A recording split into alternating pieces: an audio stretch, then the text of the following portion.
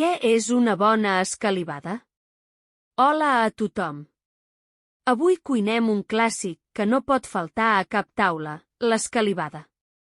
Però què fa que una escalivada passi de ser bona a ser espectacular?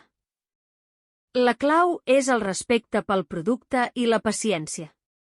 Avui us ensenyo com treure tot el sucre natural de l'horta amb només 3 ingredients. Preparació i entrada al forn. Abans de res, netegem bé les hortalisses. Un petit truc, jo m'estimo més no tallar-les per mantenir tots els sucs a dins durant la cocció.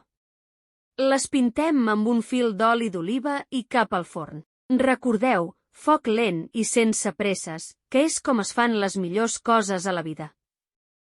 El truc per pelar fàcilment. Aquí ve el moment que molts odien, però que amb aquest secret serà un joc de nens. Un cop les traiem del forn, les taparem amb un drap de cuina o paper d'alumini durant 10 minuts. El mateix vapor farà que la pell surti pràcticament sola. Mireu quina facilitat. I aquí la teniu, brillant, melosa i amb un aroma increïble. L'amanim amb una mica de sal i un bon raig d'oli d'oliva verge extra.